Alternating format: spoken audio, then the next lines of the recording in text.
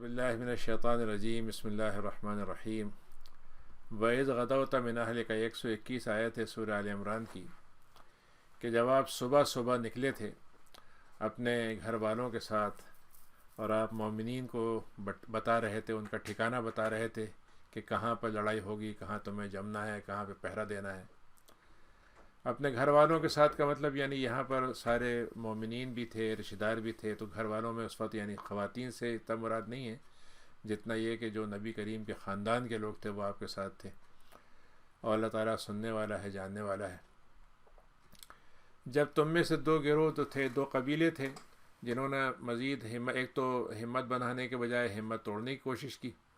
اور انہوں نے کہا کہ بھائی یہ لوگ جا رہے ہیں تو ان کا اتنی بڑی تعداد سے کیسے مقابلہ ہوگا، تو انہوں نے تو مسلمانوں کے اندر کمزوری اور کم ہمتی ڈالنے کی کوشش کی۔ لیکن بہرحال اللہ تعالیٰ ان کا بھی مددگار تھا، یعنی ان کے اندر نفاق نہیں تھا لیکن بس ایک فطری طور پر کمزوری آ گئی تھی ان کے اندر۔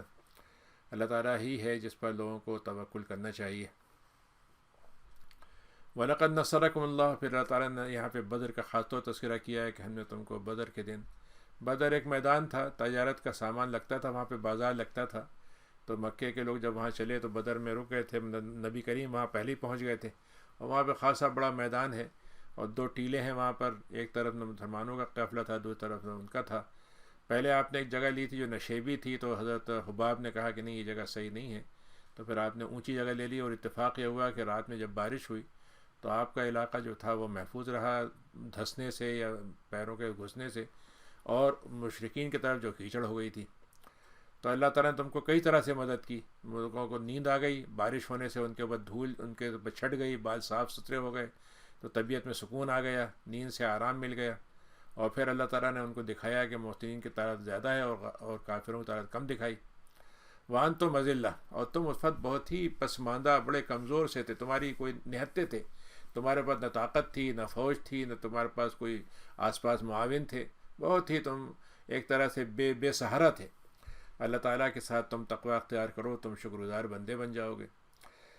اس وقت تو ہم ہم لوگوں کو یاد دلاتے ہیں کہ تم کیا کہہ رہے تھے مومنین سے، تم مومنین سے اس وقت یہ کہہ رہے تھے کہ اللہ تعالیٰ کی طرف سے تمہاری مدد آ گئی ہے،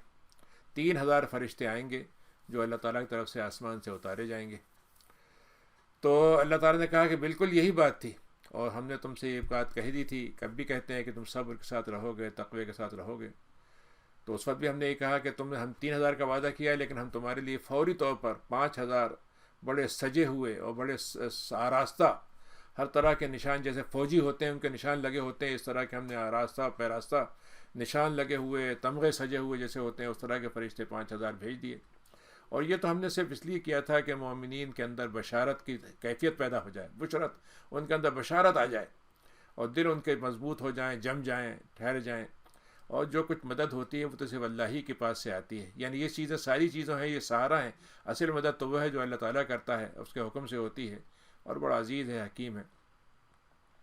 تو اس کے بعد پھر یہی ہوا کہ ان کے تم لوگوں کو، ایک گروہ کو تم ختم کر رہے تھے، ان کے گردنیں کسی کی کاٹ رہے تھے، کسی کی جان لے رہے تھے، من الذین کفروا، اور یہ کفر کرنے والے تھے، یا پھر وہ تمہاری فتح سے ذلیل ہو رہے تھے، اور جب وہ واپس پلٹے اپنے گھر کی طرف تو انتہائی نامراد ہو کے پلٹے تھے۔ نبی کریم صلی اللہ علیہ وسلم نے ایک موقع پر کچھ صحابہ شہید ہوئے تھے تو ان کے لیے بد دعا کی تھی نمازوں میں، تو اللہ تعالیٰ نے کہا کہ یہ کام آپ کا نہیں ہے نبی، ہم تو یہ کام ہم کریں گے، اور ہم چاہیں تو ان سے توبہ کا موقع دے دیں گے، یا پھر ہم ان کا عذاب دے دیں گے، اور ہیں تو وہ ظالم ہی۔ اور آسمان اور زمین میں 129 آیت ہے کہ زمین آسمان میں سب کچھ اللہ کا ہے، وہ جس کو چاہتا ہے معاف کرتا ہے، جس کو چاہتا ہے عذاب دیتا ہے، اور بہت ہی غفور اور رحیم ہے۔ 130 ہے۔ اب یہاں پر اللہ تعالیٰ نے ایک نیا کام یہ کیا تھا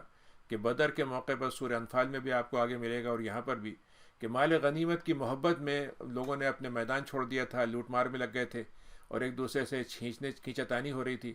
تو اس کا سبب بھی تھا مال کی محبت، اور مال کی محبت کی سب سے بڑی جڑ جو ہے وہ سودی کاروبار ہے۔ تو سود کے بارے میں حرمت کا شروع کا حکم بہت تفصیل سے نہیں آئے، لیکن ہلکی ہلکی باتیں اللہ نے کہنا شروع کر دی تھیں کہ یہ غلط ہے، غلط ہے، غلط ہے، لیکن آگے جا کے حکم آیا تو ابھی یہ کہا کہ دیکھو کئی گناہ کر کے سود مت کھاؤ۔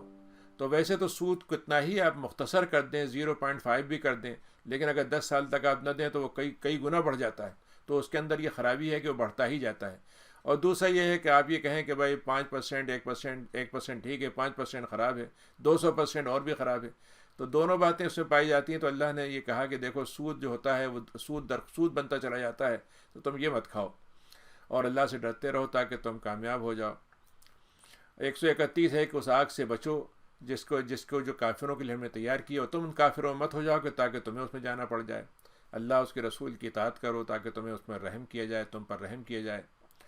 پھر اس کو اللہ نے 133 میں کہا کہ لوگوں، اللہ کی مغفرت کے دروازے بڑے، راستے بڑے کھلے ہوئے ہیں، بڑے گنجائشیں ہیں اس میں، تو تم دوڑ پڑو، اور جب تم دوڑ پڑو گے تمہیں وہاں تک مغفرت لے جائے گی جو جنت ہے، اور اس کی چوڑائی آسمانوں و زمین سے بڑھ کر ہے، اور وہ متقین کے لیے ہم نے تیار کی ہے۔ اور یہ کون لوگ ہوتے ہیں متقین؟ یہاں پہ 134 میں اللہ نے ان کی ڈیفائن کیا، بتایا ان کو کہ جو چھپے ہوئے ہو، اچھے حالات ہوں یا برے حالات ہوں، دونوں حالتوں میں وہ خرچ کرنے سے رکتے نہیں ہیں، ضرورت جہاں ہوتی ہے خرچ کرتے ہیں، اور اپنے غصے کو پی جاتے ہیں،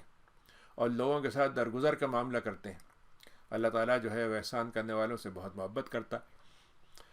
انہی کی ایک پہچان یہ بھی ہے کہ اگر ان سے کوئی غلطی ہو جاتی ہے تو ایک دم ان کو یاد آ جاتا ہے کہ تو انہوں نے بڑا برا کام کیا ہے، تو فوراً اللہ کو یاد کرنے لگتے ہیں، اپنے ظلم کو یاد کر لیتے ہیں اور مغفرت کی دعا کرتے ہیں، اللہ تعالیٰ ان کے معاف کر دیتا ہے۔ اور کون ہے اللہ کے علاوہ جو معاف کرے گا؟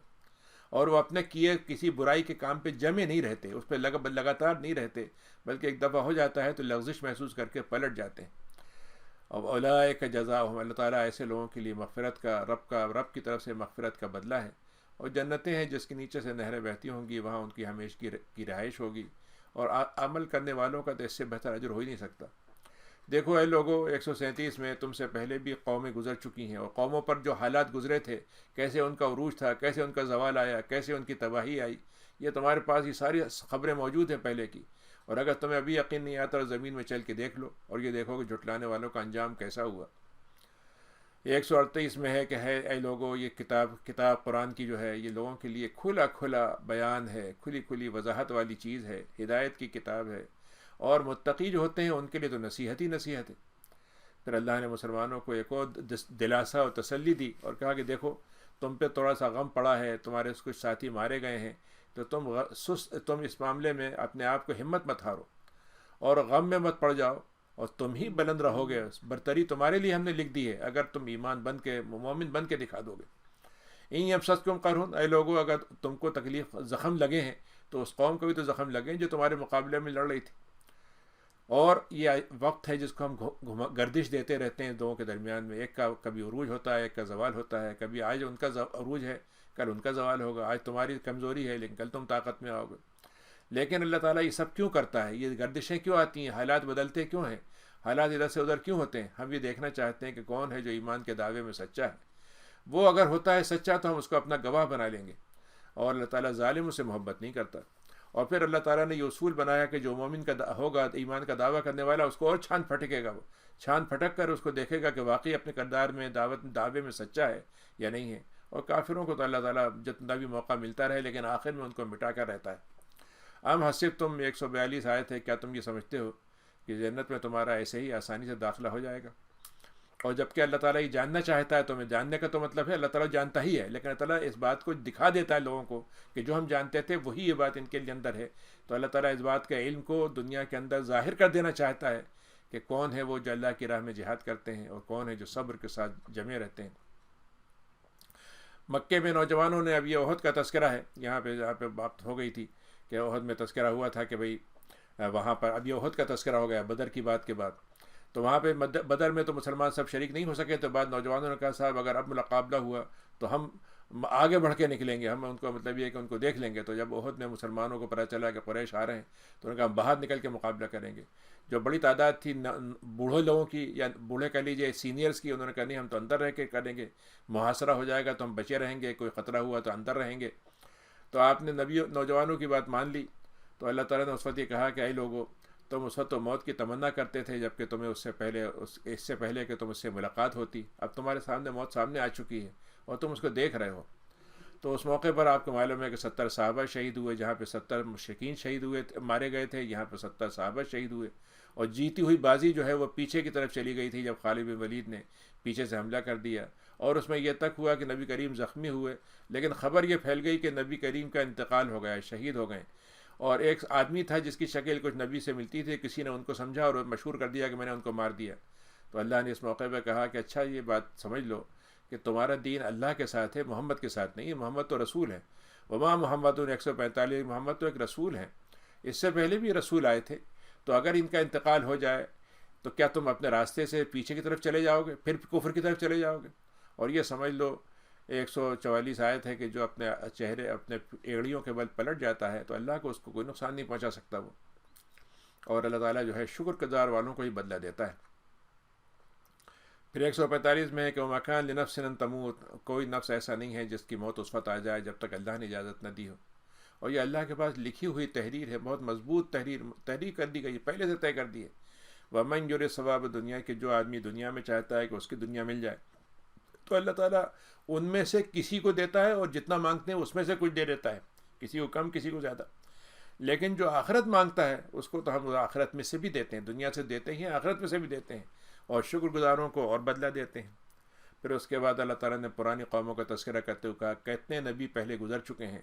جن کو کافروں سے لڑائی کرنا پڑ گئی، تو ان کے ساتھ جو اللہ والے لوگ تھے، رب والے لوگ جو تھے، ان کے ساتھ ایمان والے جو تھے، وہ ان کے ساتھ چل پڑے لڑنے کے لیے، اور ان کو اللہ کی راہ میں کسی قسم کی سستی، کسی قسم کی کمزوری اور کسی قسم کی گھبراہٹ نہیں طاری ہوئی، جبکہ ان کو تکلیف بھی ہوئی اور وہ نہ تو کمزور پڑے، نہ انہوں نے مطلب یہ ہے کہ نہ دب کے رہے. اللہ تعالیٰ جو ہے صابرین کے ساتھ محبت رکھتا ہے. وما کان قولہم، بلکہ ان کا جب جنگ ہو رہی تھی اور سخت وقت آ رہا تھا، جان کا خطرہ تھا، اس وقت بھی انہوں نے یہ کہا کہ اللہ تعالیٰ آپ ہمارے رب ہیں، ہمارے معافی کر دیجئے، گناہوں کو ختم کر دیجئے، ہم نے زیادتیاں کی ہیں تو اس کو ہٹا دیجئے اور ہمارے قدموں کو جما دیجئے اور کافروں پہ مدد فرمائیے. تو اللہ نے کہا 148 میں کہ اللہ تعالیٰ نے ان کو دنیا کا بھی بدلہ دیا کہ اگر وہ زندہ واپس آئے تو غازی بن کے رہے، اور اگر شہید ہو گئے تو اللہ کے یہاں فوراً ان کا جزا مل گئی. تو ہم نے ان کو دنیا کی بھی حسنات سے نوازا اور آخرت کے ثواب سے بھی نوازا. اللہ تعالیٰ احسان کرنے والوں سے بہت محبت کرتا ہے. 149 ہے کہ اے ایمان والو، اگر تم نے کافروں کی بات کو ماننے کا سوچ بھی لیا، تم ذرا سی بات ان کی ماننے چل پڑے، ذرا سی بات، تو تمہیں وہ تمہارے راستے سے پیچھے ہٹا دیں گے، وہ پلٹا دیں گے تم کو، اور پھر تم خسارے ہی کی طرف پلٹ کے جاؤ گے. 150 ہے کہ تمہیں یہ بات یاد رکھنی چاہیے کہ تمہارا مولا تو صرف اللہ تعالیٰ ہے اور وہی بہترین مددگار ہے. سنلقی فی قلوب الذین کفروا الرعب، اللہ تعالیٰ نے یہاں 51 میں کہا ہے کہ ہم تمہاری مدد ایک اور طرح سے کریں گے کہ کافروں کے دل میں تمہارا رعب ڈال دیں گے. حدیث شریف میں آتا ہے کہ آپ نے فرمایا کہ 1 مہینے کی مسافت پر دشمن ہوگا تو میرے رعب سے اس کے اندر گھبراہٹ پیدا ہو چکے گی. تو اللہ نے کہا کہ ہم تمہارا دل میں رعب ڈال دیں گے کافروں کے، اس لیے کہ وہ شرک کرتے ہیں. شرک جو ہے ان کے اندر دل میں مضبوطی نہیں پیدا کرنے دے گا، ان کے اندر گھبراہٹ پیدا کرے گا، چاہے وہ کتنی طاقتور بن کے رہیں. ایسا شرک جس کا کوئی ثبوت نہیں ہے، ان کا ٹھکانہ جہنم ہے. ظالموں کا تو یہی ٹھکانہ ہے. وَلَقَدْ صَدَقَكُمُ اللَّهُ، اللہ تعالیٰ نے 154 میں 52 میں کہا کہ اللہ تعالیٰ نے تم سے ایک بات کا وعدہ کیا تھا تو پورا کر دکھایا، اور تم اس کو محسوس کر رہے تھے کہ اب تمہارے پاس یہ مدد آ چکی ہے. بإذن اللہ کی مدد کے تم محسوس کر رہے تھے، لیکن کیا ہوا، تم میں سے ایک گروہ نے اپنی جگہ چھوڑ دی اور تم نے بات کو نبی کریم کی بات کی خلاف ورزی کی. نتیجہ ہوا تم نے بزدلی دکھائی اور تم آپس میں الجھنے لگے. وہ ایک گروہ کا سردار تھے، وہ کہتے نہیں ہم نہیں جائیں گے، وہ کہتے ہم تو جائیں گے، مال سمیٹ لے، ابھی وقت نہیں ملے گا بعد میں ہمیں. لیکن تم نے نافرمانی کی، حالانکہ تمہیں جو محبت والی چیز یعنی فتح تھی ملنے والی تھی، لیکن تم میں سے کچھ لوگوں کے لیے دنیا کی خواہش پیدا ہو گئی تھی اور کچھ آخرت کو چاہتے تھے. پھر ہم نے تمہارے اوپر سے یہ تکلیف کو اور شکست کو ہٹا دیا. بس ہم تمہیں آزما کر دیکھنا چاہتے تھے، اور تم سے جو غلطی ہوئی اس کو بھی ہم نے معاف کر دیا، اور تم بھاگے تھے میدان جنگ سے، اس کو معاف کر دیا. تم نے اپنے نبی کی خلاف ورزی کی تھی، ہم نے اس کو بھی معاف کر دیا. اللہ تعالیٰ تو بڑا فضل کرنے والا ہے مومنین پر. اور تمہیں یاد ہے کہ جب تم بھاگے چلے جا رہے تھے نبی کا شہادت کی بات سن کے اور مسلمانوں کی کمزوری دیکھ کے، تم سمجھ رہے تھے کہ اب تو بچنے کا راستہ یہ ہے کہ بس بھاگ کے اپنے مدینے میں چھپ جائیں. تو تم بھاگے چلے جا رہے تھے پہاڑیاں چڑھ کے، اور پیچھے مڑ کے نہیں دیکھ رہے تھے کسی کو، اور جبکہ رسول تم کو پکار رہے تھے. وہ رسول تو نہیں بھاگے تھے، وہ تو رسول تو وہیں تھے، اور تمہیں وہ کافی پیچھے سے تمہیں بلا رہے تھے. اب تم پر غم پہ غم آتا گیا کہ تمہیں تکلیف ہو گئی کہ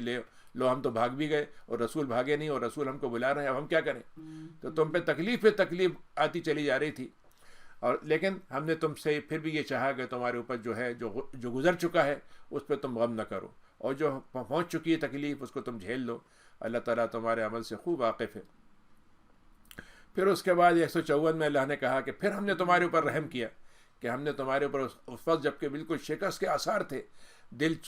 جو ہے دل منہ سے باہر آ رہے تھے، کلیجہ پھٹا جا رہا تھا، اس وقت ہم نے تمہارے اندر ایک قسم کی امن، ایک ایسی سکون کی نیند تم پہ ڈال دی کہ اس کی وجہ سے ایک گروہ جو تھا تمہارا، اس کے اندر یہ جو ہے اس نے اس کو نیند نے ان کو ڈھانک لیا.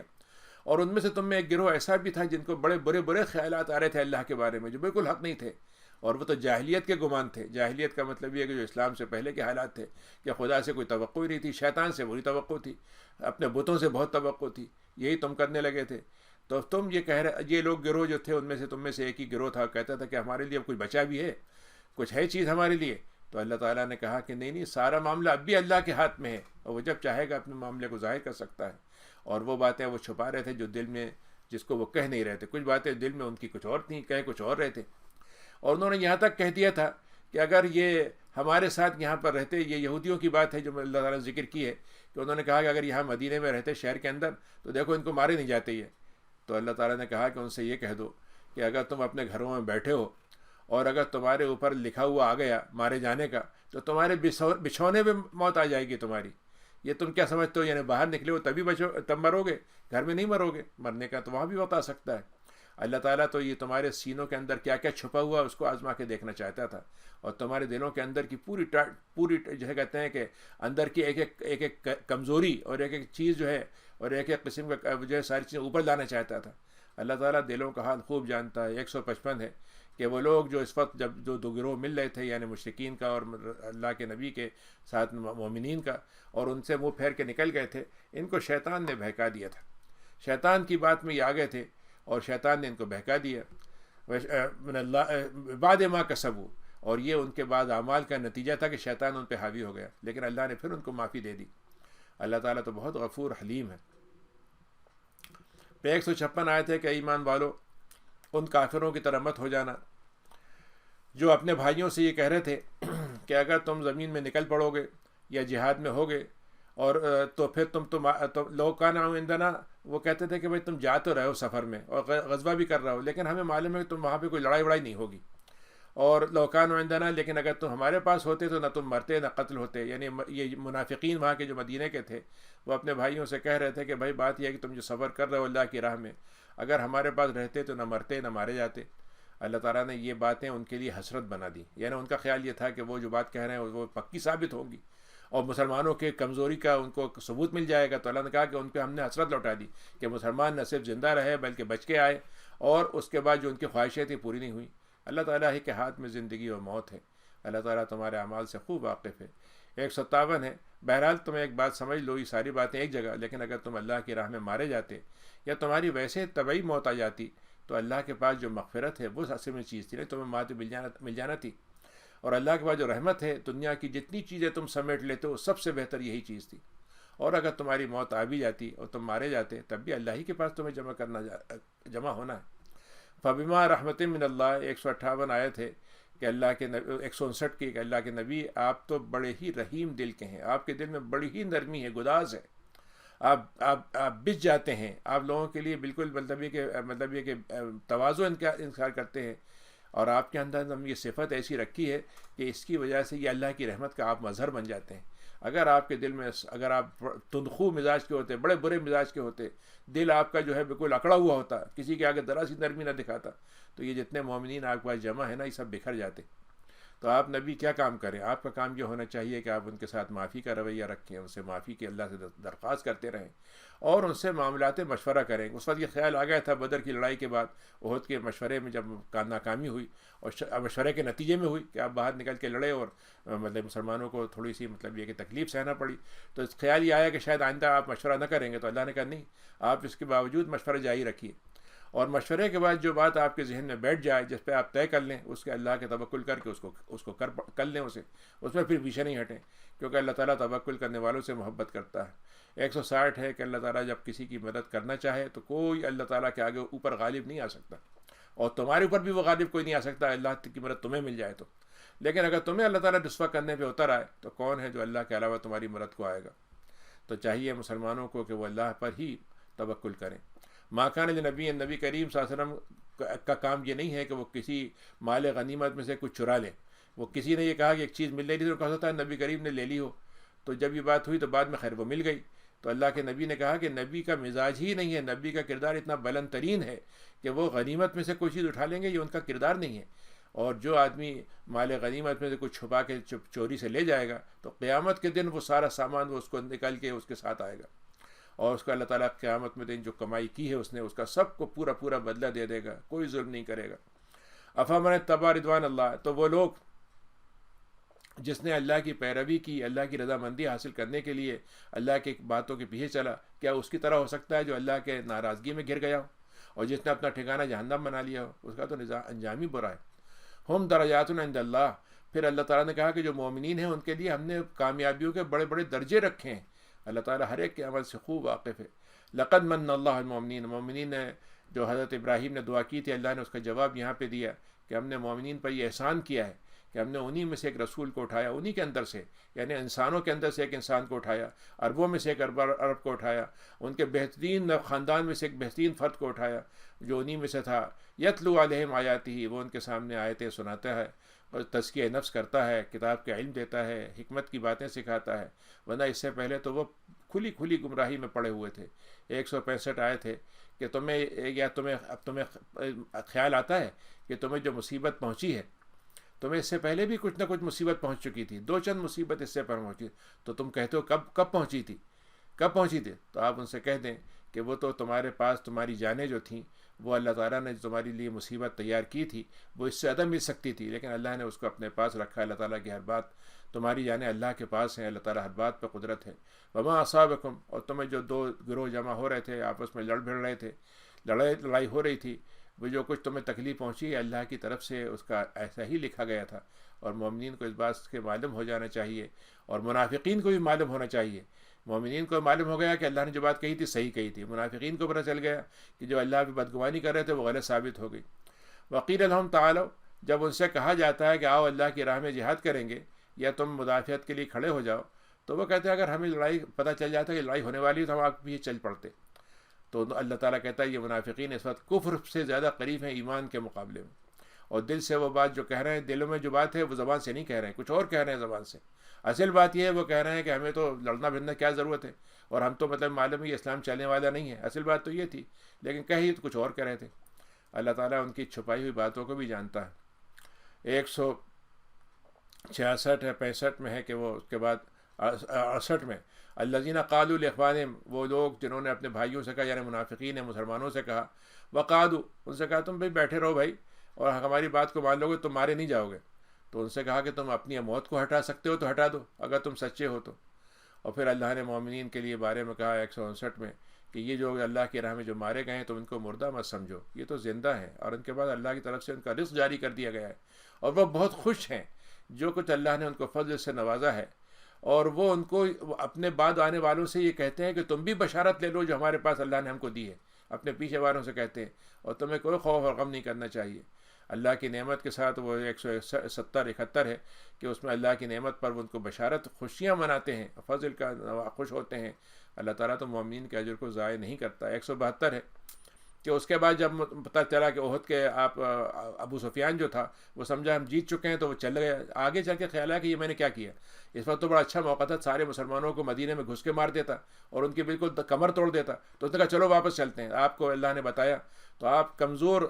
جو زخمی صحابہ تھے ان کو لے کے آپ نکل پڑے۔ تو جب اس کو پتہ چلا تو اس نے کہا جب اتنی کمزوری میں یہ ایسے لڑے تھے تو اب کیا کریں گے میرے ساتھ، تو وہ واپس چلا گیا۔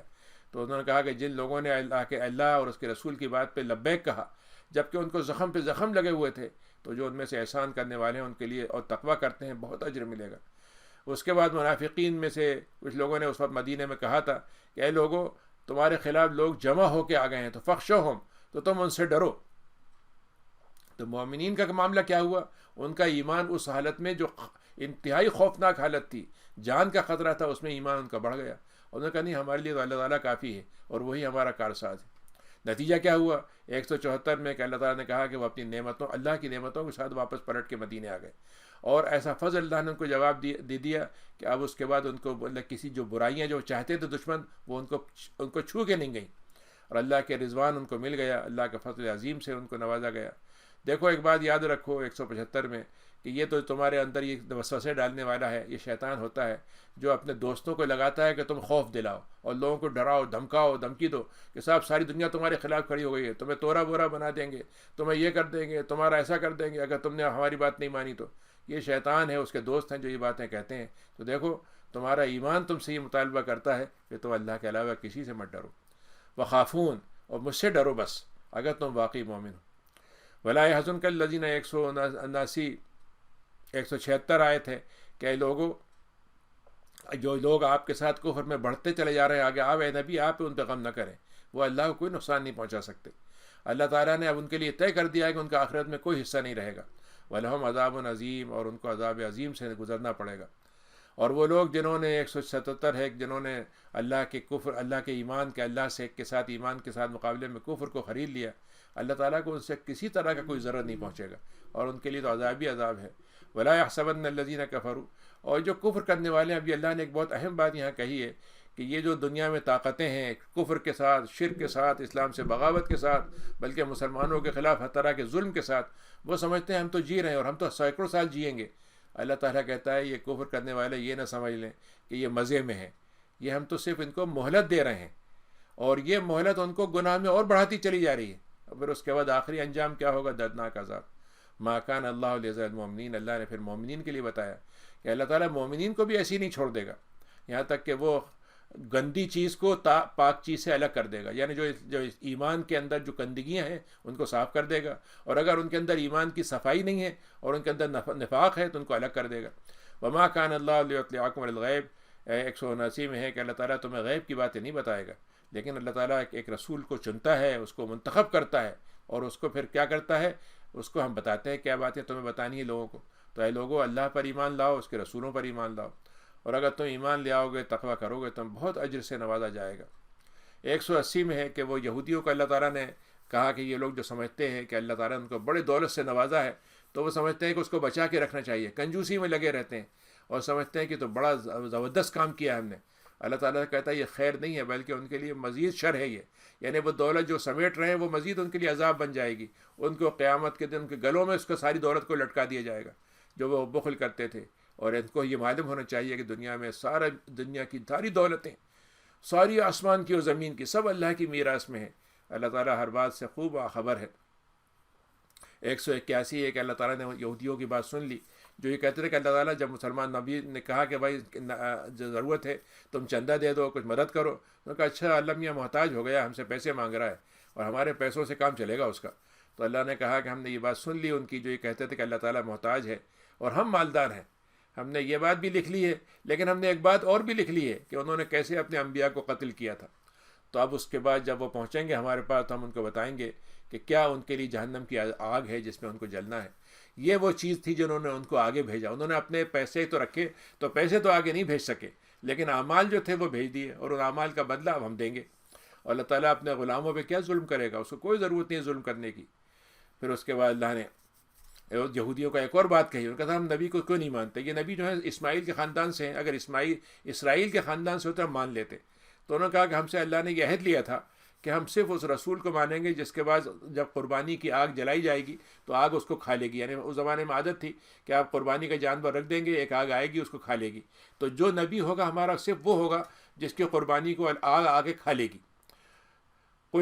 اللہ نے کہا کہ اچھا اگر یہ بات تمہاری صحیح ہے، تم یہ بات صحیح کہہ رہے ہو، آج کے زمانے میں تو قربانی ہماری حلال کر دی گئی تھی۔ تو انہوں نے کہا اچھا تم اگر ایسے ہی رسولوں کی بات کر رہے ہو، تمہارے پاس جو ہم نے پہلے رسول بھیجے تھے اور تم نے یہ بات ان کے لیے کہی تو پھر تم نے ان کو قتل کیوں کیا؟ وہ تو یہ کام کر رہے تھے، قربانی بھی دیتے تھے اور تمہارے طریقے پہ بھی تھے اور تمہارے خاندان سے تھے۔ تم اگر سچے ہو، اس کو بولے تم جھوٹ بول رہے ہو، تمہیں رسول کو ماننا نہیں ہے، لیکن تم نے خواہ کے ایکسکیوز بنا دیا ہے۔ اے نبی اگر یہ آپ کو جھٹلا دیتے ہیں، 184 ہے کہ اگر تمہیں جھٹلاتے ہیں تو اس سے پہلے بھی رسولوں کو جھٹلایا گیا ہے، وہ بڑی بڑی نشانیاں لے کر آئے تھے، صحیفے ان کو دیے گئے تھے، کتاب دی گئی تھی اور روشن کتاب تھی وہ جو ان کو دی گئی تھی۔ کل نفس ذائقۃ الموت۔ اب یہاں اللہ تعالیٰ نے پھر ایک فنڈامنٹل، ایک یونیورسل اصول بتایا 185 میں کہ دیکھو ہر شخص کو موت کا مزہ چکھنا ہے، اور تمہارے جتنی زندگی کے جو اعمال ہیں اس کا بدلہ ہم قیامت کے دن تمہیں پورا دے دیں گے۔ تو قیامت کے دن جو آدمی آگ سے بچا لیا گیا اور جہنم میں اس کو داخلے کی اجازت مل گئی، بس وہ ہے کامیاب۔ دنیا کے تم کامیابی کے جتنے پیمانے تمہارے پاس ہیں اور جو تم طے کرتے ہو کہ فلاں کامیاب، فلاں کامیاب، فلاں فارچونیٹ، فلاں موسٹ لکی پرسن ہے، فلاں فلاں، یہ سب کچھ نہیں۔ اصل کامیابی ہے کہ جہنم سے نکل جائے آدمی۔ وما الحیات الدنیا، اور دنیا کی زندگی جتنی بھی ہے وہ صرف دھوکے کا سودا ہے۔ اگر تم دھوکے کے سودے میں پڑے رہے تو آخرت میں اس کا کوئی قیمت نہیں بنے گی۔ لتبلون، اللہ تعالیٰ نے پھر ایک فنڈامنٹل اصول بتایا کہ اے لوگوں، مسلمانوں، تمہیں ہم مال میں آزمائیں گے، تمہاری جانوں میں آزمائیں گے، اور تم اہل کتاب سے، جو تم سے پہلے اہل کتاب تھے، جن کو کتابیں دی گئی تھی تم سے پہلے، وہ جو شرک کرنے والے ہیں، ان سے تم بڑی تکلیف کی باتیں سنو گے، طرح طرح کی باتیں، گالیاں، الزامات، تہمتیں، اور ٹیررسٹ کے الزامات، اور فلاں فلاں تم بہت سنو گے، لیکن تم بس صبر کے ساتھ اور تقوی کے ساتھ ڈٹے رہو اپنے ایمان پر، تو یہ تمہارے لیے عظیمت کا معاملہ ہے۔ انہیں اعلیٰ ترین درجہ ہے جو انبیاء میں بھی اعلیٰ ترین انبیاء کے ذریعے سے انجام پاتا تھا۔ وَإِذْ أَخَذَ اللَّهُ مِيثَاقَ الَّذِينَ، اللہ تعالیٰ نے بنی اسرائیل کا، یہود کا تذکرہ کرتے ہوئے کہا کہ ہم نے ان سے پہلے میثاق لیا تھا، جن کو ہم نے کتاب دی تھی کہ تم لوگوں کے سامنے ہماری باتوں کھول کر بیان کرو گے، چھپاؤ گے نہیں انہیں، لیکن انہوں نے ہماری باتوں کو پیٹھ کے پیچھے ڈال دیا اور اس کے بدلے میں دنیا خرید لی۔ تو کتنی بری چیز تھی جو انہوں نے خریدی ہے۔ تو اللہ تعالیٰ نے پھر ان کا تذکرہ کرتے ہوئے کہا کہ یہ لوگ جو یہودی اپنے آپ کو بڑا خوش سمجھتے ہیں، آج کے دور میں تو ہمارے ہاں مسلمان بھی ان کو ہم سے سب زیادہ قسمت سمجھتے ہیں، کہتے ہیں بھائی سب زیادہ نوبل پرائز ان کو ملے ہیں، سب زیادہ مالدار وہ ہیں، سب زیادہ صحیح وہ ہیں، ذہانت ان کے پاس ہے، ان کی کیا تربیت ہے۔ تو وہ اللہ تعالیٰ کہتا ہے جو یہ اپنے آپ کو مست ہیں اپنی خوشی میں، تو یہ مت سمجھیں وہ کہ جو وہ تفریح، جو خوش ہو رہے ہیں، یہ خوشی کی بات ہے، اور وہ جو کچھ ان کو دیا گیا ان کے لیے کوئی خوشی کی بات ہے، اور وہ اپنی تعریفیں خود ہی کرتے ہیں، اپنے القاب خود ہی ذکر کرتے ہیں، اپنے برائی بتاتے ہیں، ہم دنیا میں یہ کر دیا وہ کر دیا، حالانکہ کوئی کام انہوں نے ایسا نہیں کیا جس کو وہ تعریف میں شمار کر سکیں، لیکن کہنے میں آتے ہیں، پروپیگنڈا کرتے ہیں اور اپنی بات کو منواتے چلے جاتے ہیں۔ تو اللہ نے کہا کہ ان کو آپ یہ نہ سمجھیں کہ وہ کامیاب ہیں، ان کو کامیاب نہ سمجھیں، اور عذاب سے بچنے والے وہ نہیں ہیں، ان کے لیے بڑا دردناک عذاب ہے۔ للہ ملک السماوات، اس کے بعد اللہ نے کہا زمین آسمان، 189 میں ملکیت آسمان کی، بادشاہت ساری اللہ کی ہے، اللہ کی قدرت ہر چیز پر قادر ہے۔ پھر اس کو اللہ نے مسلمانوں کی اور انسانوں کی ایک خصوصیت بتائی کہ اگر ایمان کے ساتھ انسان دنیا میں غور و فکر کرے، سائنس پڑھے، مختلف قسم کی خلائی دنیا میں سفر کرے، تو اس سے کیا ایمان ملے گا اس کو۔ تو اللہ نے کہا کہ وہ لوگ جو آسمان کی تخلیق میں، زمین کی تخلیق میں، رات اور دن کے آنے میں، اور اس میں اگر اس کو کریں تو عقل والوں کے لیے اس میں بڑی نشانیاں ہیں۔ لیکن وہ عقل والے کون ہوتے ہیں؟ جو اللہ تعالیٰ کا ذکر کرتے ہیں 191 آیت میں، جب کھڑے ہو رہے ہوتے ہیں، بیٹھے ہوتے ہیں، لیٹے ہوئے ہوتے ہیں، اور پھر وہ زمین و آسمان کی تخلیق پہ غور کرتے ہیں، تو اس کے بعد ان کو کیا بات سامنے آتی ہے کہ اللہ تعالیٰ اس کا کوئی پیدا کرنے والا ہے۔ ایک بات تو وہ یہ مان لیتے ہیں، دوسری یہ مانتے ہیں کہ اللہ نے یہ تخلیق بیکار نہیں کی، یوں ہی بیٹھے بیٹھے کچھ یہ کوئی گڈے گڑیا کھیل نہیں کیا، یہ اللہ تعالیٰ نے بہت ہی حق کے ساتھ، ایک ضرورت کے ساتھ اور ایک مصلحت کے ساتھ کام کیا ہے۔ سبحانک، اللہ تعالیٰ آپ کی ذات تو بڑی پاک ہے۔ اب آپ ہمیں بس اتنا کر دیجیے گا، ہمارے ساتھ احسان کے عذاب جہنم سے بچا لیجیے گا۔ اس کے بعد وہ کیا کہتے ہیں، اللہ تعالیٰ آپ نے جو کو جہنم میں داخل کر دیا 192 میں، تب تو وہ آپ نے اس کو تو رسوا کر دیا، اور مددگاری اس کو کہیں سے مل ہی نہیں سکتی جو ظلم کرتا ہے۔ پھر اس کے بعد مومنین کا اللہ نے ذکر کیا ہے کہ ربنا اننا سمعنا، اے اللہ ہم نے آپ کی بات سنی۔ ایک ندا پکار لگانے والا نبی آیا تھا، اس نے کہا تھا ایمان لے آؤ، تو ہم ایمان لے آئے، تو ہم آپ پر ایمان لاتے ہیں۔ اللہ تعالیٰ ہمارے گناہوں کو معاف کر دیجیے گا، ایمان سے پہلے کی بھی اور ایمان کے بعد بھی جو غلطیاں ہوتی ہیں، اور ہماری برائیوں کے کفارہ بنا دیجیے گا، اور ہمارا انجام نیک لوگوں کے ساتھ کیجیے گا۔ ربنا وآتنا، اللہ تعالیٰ جو آپ نے ہم سے وعدہ کیا ہے دنیا میں بھی پورا کر دیں، اور جو اپنے رسولوں کے ساتھ وعدہ کیا ہے وہ ہمیں دنیا میں دکھا دیں، اور آخرت میں رسوا مت کیجیے گا ہمیں۔ اور آپ تو وعدہ پورا کرتے ہی ہیں، وعدہ خلافی نہیں کرتے آپ۔ فاستجاب لهم ربهم، جب یہ اللہ کے سامنے ایک منشور پیش کیا مسلمانوں نے، تو اللہ نے اس کا کیا جواب دیا؟ دوسری طرح کا جواب دیا۔ مطالبے کچھ اور تھے لیکن جواب کسی اور طریقے سے آیا۔ تو اللہ تعالیٰ نے کہا کہ اے مومنین، ہم تمہاری بات کو مان لیتے ہیں، قبول کر لیا ہم نے، اور دو باتیں ہم تمہارے طے کر دیتے ہیں۔ ایک تو یہ کہ تمہارے عمل کا کہ ایک ذرا سا ذرہ بھی ہم ضائع نہیں ہونے دیں گے، تمہارے مردوں کا بھی عورتوں کا بھی، اور یہ مرد عورت کو ہم نے دوسرے سے ایک دوسرے کا جوڑ بنایا ہے، ایک دوسرے کے ساتھ آپس میں نتھی کر کے بنایا، ایک دوسرے تعاون کرنے والا، ساتھ رہنے والا بنایا۔ دوسری بات یہ ہے کہ تمہاری معاونت، تمہارا جو ہے کیا چیز گزرے گی تم پر جس کے نتیجے میں تمہیں جنت دیں گے۔ تو تم سے اگر ایسا ہو گیا کہ تم ایمان پہ قائم نہ رہ سکو اور تمہارا اپنے ملک میں رہنا مشکل ہو جائے تو تم اس کی وجہ سے ہجرت کر لو. تو وہ لوگ جو ہجرت کریں گے اور جو گھروں سے جن کو نکال دیا گیا وہ مجبور ہو کے نکلیں گے اور پھر ان کو میری وجہ سے تکلیف دی جائے گی. یعنی صرف اس لیے دیا کہ آپ مسلمان ہیں, آپ نماز پڑھتے ہیں, آپ یہ کام کرتے ہیں, کوئی آپ سے کوئی پریشانی نہیں ہے, آپ کا پڑوسی آپ کے خلاف, آپ کی حکومت آپ کے خلاف, دوسرے مسلمانوں کے خلاف دوسرے طرح طرح کے تنظیمیں بنی ہوئی ہیں کہ مسلمانوں کے خلاف جو چاہو کہو, خوب ان کو تکلیف دو. کیوں؟ اس لیے کہ ہمارے راستے پہ نہیں ہے. تو اللہ تعالیٰ نے کہا کہ جو میرے راستے میں تکلیف جس کو دی جاتی ہے اور پھر اس کو یہاں تک ہوتا ہے کہ اس کو لڑنے پہ مجبور ہوتا ہے اور وہ مار بھی دیا جاتا ہے. تو اللہ تعالیٰ نے کہا کہ اگر یہ تم پر یہ حالتیں گزریں گی ایمان کی خاطر تو ہم کیا کریں گے, ہم تمہارے نیکی برائیوں کو معاف کر دیں گے اور تمہیں جنت میں داخلہ دے دیں گے جس میں نہریں بہتی ہوں گی. یہ اللہ کا وہ ثواب ہے اور بہترین ثواب ہے جو ہم تمہیں دیں گے. یہاں پر اللہ نے جو وعدہ کیا ہے وہ یہ ہے کہ ہم تمہیں اگر تمہیں ہماری راہ میں تکلیف پہنچی تو اس کے بدلے میں ہم تمہیں معاف کر دیں گے. اس سے آپ اندازہ کیجئے اگر ہم اپنے صرف اعمال کی بنیاد پہ جنت میں جانا چاہیں تو ہو سکتا ہے ہمارے اعمال اتنے اچھے نہ ہوں, قبول نہ ہوں, اور ہو سکتا ہے کہ اس کی وجہ سے جنت نہ مل سکے ہمیں. لیکن اگر اللہ کی راہ میں ہمیں تکلیف کو سہ لیا اور پھر اپنے ایمان کو بچا لیا اور اس حال میں بھی اپنے ایمان کو نہیں چھوڑا ہم نے, تو یہ پھر طے ہے کہ اس میں 100% طے ہے کہ اس میں جنت پکی ہوگی. اس لیے کہ اللہ تعالیٰ کہہ رہا ہے جب تم میری خاطر تمہیں تکلیف دی گئی تو اب میرا بدلہ یہ ہوگا کہ میں تمہیں اپنی طرف سے وہ انعام دوں جو دنیا میں کسی کو بھی میں نہیں دیتا ہوں. پھر اللہ نے دوسری قوموں کے بارے میں اللہ نے مسلمانوں کو بتایا 196 میں کہ اے لوگوں, تو یہ دنیا میں جو الٹ پھلٹ ہو رہی ہے, ان کی حکومت آ رہی ہے, ان کی حکومت جا رہی ہے, یہ چھا رہے ہیں, یہ چھا رہے ہیں, یہ کر رہے ہیں, فلاں کر رہے ہیں, اس کی وجہ سے تمہیں پریشان مت ہو تم. متاع قلیل, یہ تو بہت تھوڑی دیر کی مزیداری ہے. ان کا بعد میں ٹھکانہ جہنم ہوگا, بڑا برا ٹھکانہ ہے. اس کے مقابلے مومنین کا معاملہ کیا ہے کہ وہ لوگ 198 میں جنہوں نے تقوی اختیار کیا ان کے لیے ہم نے جنتیں تیار کی ہیں, آخرت کی زندگی ہے, کامیابی کی ہے, اللہ کی مہمانی ہے وہاں پر. اللہ تعالیٰ کا یہی انجام ہے جو اللہ تعالیٰ نے نیک لوگوں کے لیے رکھا ہے. 199 اور اللہ نے کہا کہ بعض اہل کتاب ایسے بھی ہیں جو اللہ کی بات پر ایمان لے آتے ہیں اور آپ پر بھی ایمان لاتے ہیں, اور جو آپ سے پہلے کتاب ہیں اس پر بھی ایمان لاتے ہیں, اور وہ اللہ سے ڈرتے بھی ہیں اور اللہ کی باتوں کو زمین دنیا کی چیزوں سے فروخت نہیں کرتے. تو اللہ نے کیا کہا, ان کو بھی ہم اجر سے نوازیں گے. اللہ تعالیٰ تو بہت جلدی حساب دیتا ہے. پھر مومنین کو ایک فارمولہ بتایا گیا دنیا میں رہنے کا کہ اے مومنو, آپس میں صبر کے ساتھ رہو, ایمان کے ساتھ جمے ہوئے رہو اور دوسروں کو بھی صبر کی تلقین کرو, اور جو تم اسلام کی ذمہ داری انجام دے رہے ہو اس کو جمے رہو, اس کو اس طریقے سے انجام دو جیسے فوجی ہوتا ہے کہ اپنی پوسٹ سے ہٹتا نہیں ہے, کسی حال میں پیچھے نہیں جاتا, ایسے تم بھی جمے رہو. اور دیکھو اللہ تعالیٰ کے ساتھ تقوی اختیار کرو تاکہ تم کامیابی سے گزر سکو. اس کے بعد یہ سمجھیے کہ چوتھی صورت ہے جو سورہ نساء کہلاتی ہے. اس میں چونکہ احکام ہیں کچھ خواتین سے, کچھ میراث کی, کچھ شادیوں کے, تو اس کی وجہ سے اس کا نام سورہ نساء ہے. یہ بھی مدنی صورت ہے. اے ایمان والو, اے لوگو, یہاں پورے انسانوں کو اللہ نے مخاطب کرے کہا کہ دیکھو تمہارا کام جو ہونا چاہیے کہ تم اللہ سے تقوی اختیار کرو. تم کو ایک نفس جو آدم ہے اور ایک ان کی بیوی ہوا ہے جن کے ذریعے سے ہم نے تمہیں تخلیق سے نوازا,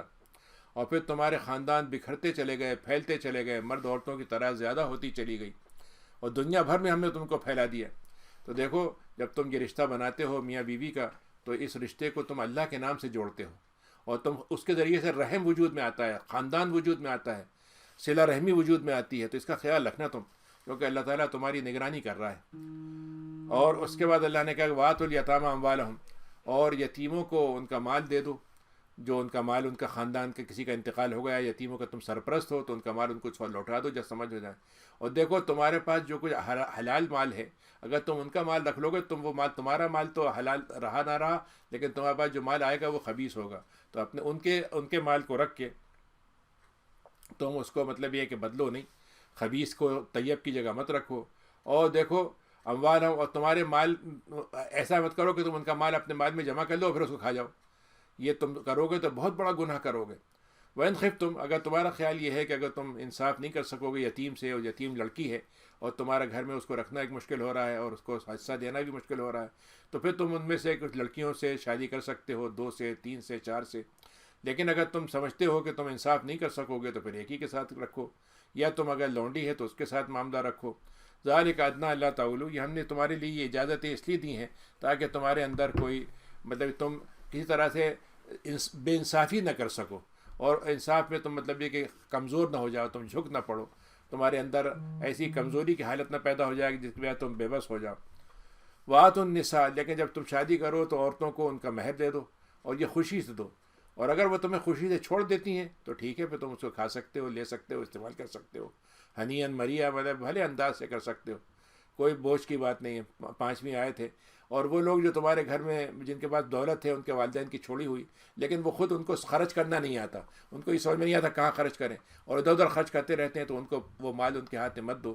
یہاں تک کہ تاکہ وہ یہاں، اور یہ مال ہم نے تمہارے لیے کاہے کے لیے بنایا، تاکہ تمہاری زندگی کے راستے کھڑے ہو جائیں، تمہاری عمارتیں کھڑی ہو جائیں، تمہاری زندگی بن جائے، اور تمہارا مال جو ہے تمہارے لیے قیام کا ذریعہ بنے، نہ کہ تباہی کا ذریعہ بنے۔ تو تم ان کو اس مال میں سے جو ان کا ہے اس میں سے ان کو کھانے کا انتظام کر دو، لباس کا انتظام کر دو، اور ان سے اچھی طرح سے بات کرو۔ وابتلوا الیتامى، اور دیکھو یتیم لڑکیوں کا بھی تم دیکھ لو، اگر وہ نکاح کی عمر کو پہنچ جاتی ہیں اور تم دیکھتے ہو کہ ان کے اندر سمجھداری آ چکی ہے، رشدن کا مطلب ہوتا ہے بلوغت کے بعد جو میچورٹی ہوتی ہے وہ بھی آ جائے، تو پھر ان کا مال دے دو۔ اور دیکھو ان کے مال کو تم ایسا مت کرنا کہ جب تمہاری ذمہ داری ہو تو تم 10 روپے خرچ کرنا ہے تو 50 خرچ کر دو، کہ بھائی دوسرے کا مال ہے کیا فرق پڑتا ہے، نہیں، ایسا اسراف مت کرنا، اور ایسا مت کرنا کہ ان کو بس لوٹ مار مچا دو اس کی، تاکہ وہ بڑے ہوں گے تو تمہیں دینا نہ پڑے ان کو، اور تم اگر ان کے ذمہ دار ہو، تمہارے پاس خود اپنے حاجت کے لیے پیسے موجود ہیں، تو پھر تم اپنے آپ کو ان کے پیسے سے بچا کے رکھو۔ ومن کان فقیرا، لیکن اگر کوئی ایسا شخص ہے جس کے حالات خراب ہے، تو ان کے مال میں سے ایک نگرانی کے طور پر کچھ پیسے اپنے لیے رکھ لے، کھا لے اس میں سے، اور جب تم ان کو ان کا مال جب واپس لوٹا دو تو اس پہ گواہی بنا دو، گواہ بنا لو، اللہ تعالیٰ تو خیر تمہارا حساب لینے کے لیے کافی ہے۔ پھر اللہ نے کہا کہ میراث کا حکم تھوڑا سا آ رہا ہے کہ جو میراث ملے گی لوگوں کو، اس میں مردوں کا حصہ ہوگا، جو ان کے بچوں نے چھوڑا ہے، والدین نے چھوڑا ہے، اقارب نے چھوڑا ہے، اور اس حصے میں ان کے والدین کو ہوگا، اور عورتوں کو بھی حصہ ملے گا جو ان کے والدین نے اور ان کے قریب کے لوگوں نے چھوڑا ہے، چاہے وہ تھوڑا سا ہو یا زیادہ ہو، اور ہم نے اس کا حصہ مقرر کر دیا ہے۔ تو جب تقسیم کا وقت آئے اور تمہارے گھر والے رشتہ دار دوسرے بھی آ جائیں، یتیم آ جائے، مسکین آ جائے، تو ان کو بھی تھوڑا بہت اس میں سے دے دو، اور ان سے اچھی طرح سے بات کرو، برے طریقے سے ڈٹ مت ڈانٹ دینا، ان کو بھگا مت دینا۔ وَلْيَخْشَ الَّذِينَ، اور جو لوگ مال کے معاملے میں یہ سمجھتے ہیں کہ اگر ہم نے بچا کے رکھ لیا تو ہمارے بچوں کو کام آئے گا، تو اللہ نے کہا کہ 9ویں آیت میں اس بات کا خیال رکھنا کہ اگر تم نے اپنے بعد والوں کے لیے کچھ مال چھوڑا ہے، لیکن وہ بچے ہیں اور بڑے کمزور بچے ہیں، اور تمہارا خیال یہ ہے کہ ان کا کون خیال کرے گا، ان کی فکر تم نے کرنی ہے، لیکن اگر تم نے اللہ کی طرف سے تقوی اختیار نہیں کیا تو اللہ تعالیٰ نے اگر ان کو بے سہارا کر دیا تم پھر کیا کرو گے؟ تو دیکھو اللہ سے ڈرتے رہو اور سیدھی سچی بات کیا کرو۔ اور وہ لوگ جو یتیموں کا مال کھا لیتے ہیں ظلم سے، تو وہ تو اپنے پیٹ میں آگ کو بھر رہے ہیں، اور ان کو جہنم میں جھونک دیا جائے گا۔ یوصیکم اللہ، اب یہاں سے میراث کا حکم باقاعدہ تفصیل سے آیا کہ اللہ تعالیٰ نے تمہارے لیے وصیت کی ہے کہ تم جب اولاد چھوڑو تو تمہارے جو اولاد میں سے مرد بچے اور بچیاں ہیں تو بچوں کو 2 حصے ملیں گے، لڑکی کو 1 حصہ ملے گا، لیکن اگر صرف ایک عورت ہے، 2 سے زیادہ عورتیں ہیں، 2 سے زیادہ، 2 یا 2 سے زیادہ، تو پھر ان کو 2/3 مل جائے گا، اگر بیٹا ان کے ساتھ نہیں ہے تو ان کو 2/3 مل جائے گا، اگر صرف ایک بیٹی ہے تمہاری تو اس کو آدھا مل جائے گا، اور اگر تمہارے ماں باپ ہیں تو ان میں سے ہر ایک کو 1/6 ملے گا، اور جو تم نے چھوڑا ہے اس میں سے اگر ان کا بچہ ہے، اگر ان کے بچے نہیں ہیں اور وراثت میں باپ اور ماں ہیں تو اس میں سے مطلب یہ ہے کہ ماں کو 1/3 ملے گا اور باقی جو ہے باپ کو مل جائے گا۔ فَإِنْ كَانَ لَهُ إِخْوَةٌ، اگر ان کے تمہارے بھائی ہیں، کہنے کا بیٹا بیٹی نہیں ہے اور بھائی ہیں، تو پھر اس کے بعد کیا ہوگا کہ ماں کو 1/6 مل جائے گا، اور تمہاری وصیت کا تمہیں حق دیتے ہیں کہ 1/3 میں تم وصیت کر سکتے ہو، تو اس کی وصیت پہلے سے نکال لی جائے گی، پھر ان کا تقسیم کیا جائے گا، اور اس طریقے سے تمہارے اوپر اگر کوئی قرض ہے تو وہی پہلے ادا کر دیا جائے گا۔ آباؤکم و ابناؤکم، اے لوگو تم سمجھتے ہو کہ ہمارے باپ دادا محتاج ہیں، ہمارے اوپر ڈیپینڈ ہیں، اور ہمیں ان کو بوجھ ہیں ہمارے لیے، اور تم سمجھتے ہو بیٹے رہیں گے تو وہ کام آئیں گے، لیکن ہم تمہیں بتائیں، تمہیں کچھ پتہ نہیں ہے کہ کون کام تمہارے آنے والا زیادہ ہے، قیامت کے دن کون زیادہ فائدہ پہنچا دے گا تمہیں، کس کے ساتھ خدمت تمہیں جنت لے جائے گی۔ ہو سکتا ہے باپ کے ساتھ خدمت زیادہ جنت میں لے جائے، ہو سکتا ہے بیٹے بھی دونوں ہو سکتے ہیں، لیکن یہ صرف اللہ کے پاس ہے، تو اس لیے دونوں سے رشتہ رکھو، اپنے ماں باپ سے بھی رکھو رشتہ، اپنے بچوں سے بھی رکھو،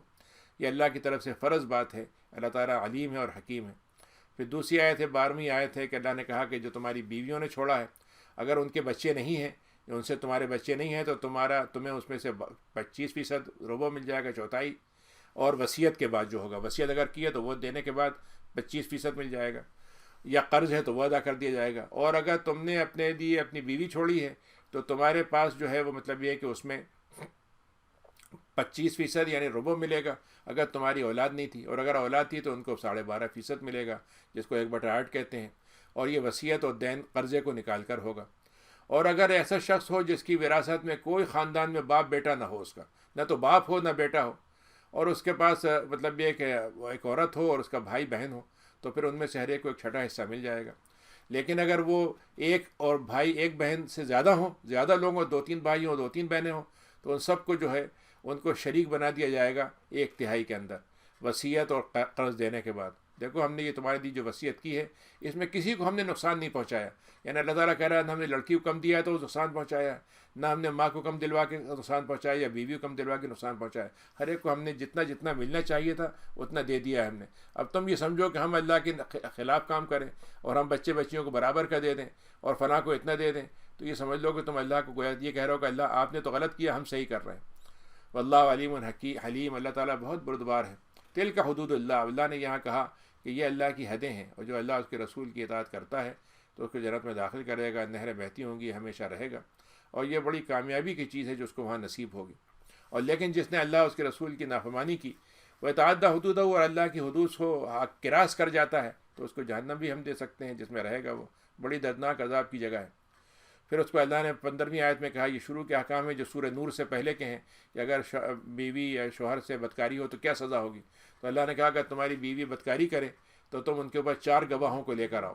اگر 4 گواہی دے دے کہ ہاں ایسا ہوا ہے تو پھر تم ان کو اپنے گھروں میں ان کو بند کر دو، ان کو روک کے رکھو یہاں تک کہ یا تو ان کو موت آ جائے یا اللہ ان کے لیے راستہ نکال دے۔ تو راستہ کیا تھا وہ سورہ نور میں بتایا، اللہ نے آگے تفصیل آئے گی اس کی۔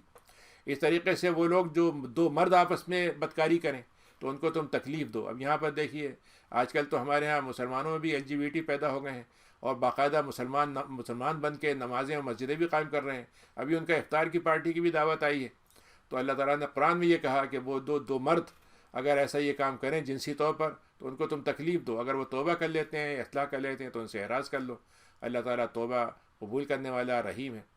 پھر اللہ نے توبہ کا ایک فنڈامنٹل اصول بتایا ہے 17ویں آیت میں، کہ توبہ اللہ تعالیٰ سے اس سے قبول کرتا ہے جنہوں نے کوئی غلطی سے ایک کام کر لیا ہو، بے نادانی میں ایک کام کر گزرے لیکن خیال آیا اور توبہ کر لی، جلدی توبہ کر لی، تو اللہ تعالیٰ ان کی توبہ قبول کر لے گا۔ لیکن 18ویں آیت میں اللہ نے کہا ان سے اللہ تعالیٰ توبہ کبھی قبول نہیں کرے گا جو برائیوں پہ برائیاں کرتے چلے جائیں، لیکن جب موت کا وقت آئے تو اس وقت کہیں میں اللہ میاں آپ سے توبہ کر رہا ہوں، یا وہ اس حالت میں ان کا موت آئے کہ جب وہ کفر کی حالت میں ہو، تو اللہ نے کہا ان سے ہماری توبہ قبول نہیں ہوگی، ان کے لیے تو بد دردناک عذابی ہے۔ جیسے فرعون نے کیا تھا کہ آخری وقت میں توبہ کی، تو اللہ نے کہا اب توبہ کا وقت تو نکل گیا۔ یا اس لیے حدیث میں آتا ہے کہ آپ نے فرمایا کہ جب انسان کی آخری سانس آنے لگتی تب موت توبہ قبول نہیں ہوتی، اور جب سورج مغرب سے نکل آئے گا تو پھر اس وقت توبہ قبول نہیں ہوگی۔ اے ایمان والو، تمہارے لیے جائز نہیں ہے، 19ویں آیت میں ہے کہ تمہاری میراث میں جو عورتوں کا حصہ ہے تم ان کو نہ دو۔ جیسے ہمارے اصول ہے بعض خاندانوں میں کہ صاحب بیوی کو حصہ نہیں دیں گے، یا اس سے بہنوں کو، خاص طور سے بہنوں کو حصہ نہیں دیں گے، اور اگر خاص طور سے زراعتی زمین ہے تو صاحب وہ دوسرے خاندان میں چلی جائے گی، اس لیے ان کو ایسی کوئی دے دا کے نکال دیں گے۔ اللہ تعالیٰ کہتا ہے یہ تمہارے لیے جائز نہیں ہے کہ تم یہ کام کرو، اور دیکھو ان کو تم ایسا مت کرو، اچھا شادی نہیں کروائیں گے کہ اگر شادی کرا دی تو ان کے خاندان سے دوسرے خاندان میں چلے جائیں گے پیسے، تو اللہ نے کہا کہ ان کو تم مصیبت میں مشقت میں ڈال کے مت رکھو، تاکہ تمہیں یہ خیال ہو کہ کچھ اس طریقے سے وہ تمہیں کچھ دے دیں گی، تمہیں فس کی دستبردار ہو جائیں گے، ٹھیک ہے ہم چھوڑ دو، ہم شادی کر لیتے ہیں، ہم کچھ نہ کچھ نہیں مانگیں گے۔ یہ مت کرنا، تم کیسے راستے نکالو سازش کر کے اور طریقے نکال کے۔ اللہ یاتی نا، ہاں اگر وہ واقعی کوئی فحاشی کر کے آتی ہیں، وہ کھلی بات کر کے آتی ہیں تو پھر تو ٹھیک ہے، تم ان کو سزا دے سکتے ہو، لیکن خالی مال کی خاطر تم ان کو یہ کام کرو اور تکلیف دو، یہ تمہارے لیے جائز نہیں ہے۔ اور ان کے ساتھ معاملہ حسن سلوک کا کرو، معاشرہ تمہاری معروف طریقے پہ ہو۔ تمہیں اگر ان سے کچھ باتیں ناپسند ہوتی ہیں تو اللہ تعالیٰ کی طرف سے یہ بھی اس میں ہے کہ تمہیں کچھ چیزیں اچھی بھی ان سے ملیں گی، اللہ تعالیٰ نے اس میں خیر کثیر بھی رکھا ہے اسی کے اندر۔ وَإِنْ أَرَدْتُمْ اسْتِبْدَالَ، اگر تم کسی بیوی کو بدلنا چاہتے ہو، ایک کی شادی کو ختم کر کے دوسری سے کرنا چاہتے ہو، تم نے اس کو بہت بڑی تعداد میں مہر دیا ہے، تو تم اس سے واپس مت لو، کہ کیا تم یہ بات جو کرو گے تو یہ بڑے بہتان کی اور بڑے کھلے گناہ کی بات ہوگی اگر تم ایسا کرو گے۔ قرآن میں 21 آیت میں کہا کہ اللہ تعالیٰ نے کہا کہ تم نے جب ان سے جسمانی رشتہ بنا لیا اور تم سے بہت مضبوط قسم کا بندھن نکاح کے نام سے باندھا تھا، تو اس کے بعد تم یہ باتیں ان سے واپس لے لو گے اور اس کو سارے پیسے واپس کرو، اور کس طریقے سے ان کو جانے نہیں دو گے جب تک کہ واپس نہ کر دیں، یہ مت کرنا تم، یہ بہت گندی بات ہے جو تم کرو گے۔ اس طریقے سے پہلے یہ زمانے میں جائز تھا کہ باپ کی اگر ماں دوسری ہے، سگی ماں نہیں ہے وہ، تو وہ جب باپ کا انتقال ہو تو اسے شادی کر لیتے تھے. تو اللہ نے کہا کہ تم اپنے باپ کی شادی شدہ عورت سے تم نکاح نہیں کرو گے. اگر تم سے پہلے ایسی غلطی ہوئی ہے تو اب توبہ کر لو, ہم معاف کر دیں گے. لیکن یہ بہت ہی فحش کاری کی بات ہے اور اللہ کے بڑے غضب کا سبب بننے والی بات ہے, اور راستہ بھی بہت برا ہے. یعنی اس سے جو خاندان چلے گا اس کے اندر نسب پورا ختم ہو جائے گا, اس کا خراب ہو جائے گا, بگڑ جائے گا. حرمت علیکم امہاتکم, اللہ نے وہ باتیں بتائیں جس میں کون کون سی باتیں رشتے حرام ہیں, کن سے نکاح کرنا حرام ہے. تو تمہاری ماؤں سے, ماں کا مطلب یہ کہ ماں سگی ہو, سوتیلی ہو, اور ماں کی ماں جو ہے وہ سب حرام ہوں گی. اس طریقے سے وہ بناتکم, اور تمہاری بیٹی, بیٹی کی بیٹی, وہ سب اس میں حرام ہوں گی, سوتیلی بہن ہو, بیٹی ہو یا سگی ہو. واخواتکم, اور تمہاری بہنیں, واخواتکم اور واماتکم, اور تمہاری پھوپھیاں اور تمہاری خالائیں, اور تمہاری بھانجی اور بھتیجی اور تمہاری بھانجی. وامہاتکم اللاتی ارضعنکم, اور وہ مائیں جن سے تم نے دودھ پیا ہے, اور وہ بہنیں جو تمہارے ساتھ دودھ شریک بہن بنی تھیں وہ تم سے, ان کا بھی نکاح حرام ہے. اور وہ امہات نسائکم, اور تمہاری ان بیویوں کی مائیں, تمہاری بیویوں کی جو مائیں ہیں وہ بھی تمہارے لیے حرام ہے, یعنی تمہاری ساس جو ہے وہ بھی تمہارے لیے حرام ہے. وربائبکم اللاتی, وہ لڑکیاں جن سے تم نے کسی عورت سے شادی کی, اس کے اپنی ایک گود میں یا اس کے ساتھ میں ایک بچی اس کے ساتھ آئی, تو اب تم نے جب اس عورت سے شادی کر لی اور اس سے رشتہ بن گیا تو تم اس لڑکی سے جو اس کے ساتھ آئی تھی اس سے رشتہ نہیں کر سکتے, اب وہ تمہاری بیٹی ہو گئی. ہاں اگر تمہارا اس کی بیوی ماں سے رشتہ نہیں بنا تھا اور تم سے فرض کرو اس سے طلاق ہو گئی تو تم پھر اس عورت لڑکی سے شادی کر سکتے ہو. حلال ابنائکم الذین, اس طریقے سے تمہارے بیٹوں کی جو بیویاں ہیں جو تمہارے صلب سے پیدا ہو, یعنی تمہارے نطفے سے جو پیدا ہوتے ہیں بچے, یہ نہیں کسی کو اڈاپٹ کر لیا یا کسی کو خود ویسی بیٹا بنا لیا, نہیں وہ نہیں, بلکہ جو سگا بیٹا ہے اس کی جو بیوی ہوگی وہ تمہاری بہو ہے, اور اس سے بھی تمہارا نکاح حرام ہے ہمیشہ کے لیے, یہاں تک کہ اگر وہ اس کو طلاق بھی دے دے تب بھی تمہارا اس سے نکاح بعد میں بھی جائز نہیں ہوگا. اور تم دو سگی بہنوں کو ایک ساتھ جمع نہ کرو. ہاں تم سے غلطی اگر ہو گئی تو ہم معاف کر دیں گے. اور سگی بہنوں کے میں آپ نے نبی کریم نے یہ کہا کہ بھانجی اور خالہ اور بھتیجی اور پھوپھی دونوں کو بھی جمع نہیں کرو گے تم ایک ساتھ شادی میں. ایک بہن سے شادی ہوئی ہے, اس سے انتقال ہو گیا, طلاق ہو گئی, پھر دوسری سے شادی کر سکتے ہیں. اللہ تعالیٰ غفور و رحیم ہے. اور تمہاری شادی کس سے کرنا چاہیے؟ ایسی عورت سے جو پاک دامن ہو. تو پاک دامن عورت کی 4 صفتیں ہوتی ہیں. ایک صفت تو یہ ہے کہ وہ مومن ہو, دوسری صفت یہ ہے کہ وہ آزاد ہو, تیسری صفت یہ ہے کہ وہ مطلب یہ ہے کہ آزاد ہو اور وہ ہو, اور تیسری صفت یہ ہے کہ وہ پاک دامن ہو, یعنی دوسرے الفاظ میں بدکاری نہیں کرتی ہو. اور چوتھی صفت اس وقت ہوتی ہے جب وہ شادی کر لیتی ہے, کہ شادی شدہ جو ہے وہ محسن ہو جاتی ہے. تو تم ایسی عورتوں سے شادی کرو, اور وہ باتیں جو مطلب یہ کہ پہلے سے شادی شدہ ہو چکی تھیں, ان کی طلاق ہو گئی ہے تو ان سے تم شادی کر لو. ہاں اگر تمہیں وہ نہیں ملتی ہیں, نہیں کر سکتے ہو, تو پھر تمہارے جو لونڈیاں ہیں ان سے کر لو. اللہ تعالیٰ کی طرف سے یہ لکھی ہوئی تحریر ہے تمہارے لیے, اور تمہیں اس بات میں اللہ تعالیٰ نے جو اتنے رشتے ہم نے حرام کیے ہیں ان کے علاوہ سے تم نکاح کر سکتے ہو. اب جیسے یہاں پر ہوتا ہے کہ صاحب وہ ہم کزن سے شادی نہیں کر سکتے, تو اللہ تعالیٰ نے کہا کہ ان رشتوں کو جن کو ہم نے حرام کیا ہے اس کے بعد باقی تمام رشتے ہم نے تمہاری حرام کر دیے ہیں. مگر جب تم رشتہ کرو تو یہ یاد رکھنا کہ جو مال تم دے رہے ہو تو ایسے انداز سے دینا کہ تم بھی خود پاک دامن رہو, اور کوئی کھلے عام اور چھپ کر کھل کر بدکاری کرنے کے لیے نہ کرنا. یہ پیسے خرچ مت کرنا کہ پراسٹیٹیوٹ سے رشتہ بنا لینا اور تھوڑی دیر کے لیے متع ٹائپ کی چیزیں کر لینا, اور تم ان کو جو کچھ اس کے بدلے میں جو تم نفع حاصل کرتے ہو, لذت حاصل کرتے ہو, اور تم اس کے بدلے میں جو اجرت دیتے ہو, یہ تمہارے اوپر فرض ہے. اور تمہارے لیے گناہ کی بات نہیں ہے کہ تم آپس میں فریضے کے بارے میں کوئی آپس میں رضامندی کر لو, کتنا مہر بنے گا, کتنا دینا ہے, کتنا ابھی دیں گے, کتنا بعد میں دیں گے, اور اگر وہ عورت معاف کرتی ہے تو کر سکتی ہو تو کر دے, لیکن اگر نہیں معاف کرے تو میں دینا چاہیے. یہاں سے ہمارے یہاں فقہ جعفریہ میں لوگوں نے یہ نکال دیا کہ یہاں پہ لفظ آیا متعہ کا, تو انہوں نے وہ مطلق کا مطلب نکال دیا کہ آپ پیسے دے کے متعہ کر سکتے ہیں, ٹیمپریری جس کو نکاح کہتے ہیں. یعنی ٹیمپریری نکاح کا مطلب یہ نہ تو وہ عورت کی مطلب بیوی مانی جائے گی, نہ اس کو میراث میں حصہ ملے گا, نہ وہ مطلب یہ ہے کہ اس کا مطلب یہ کوئی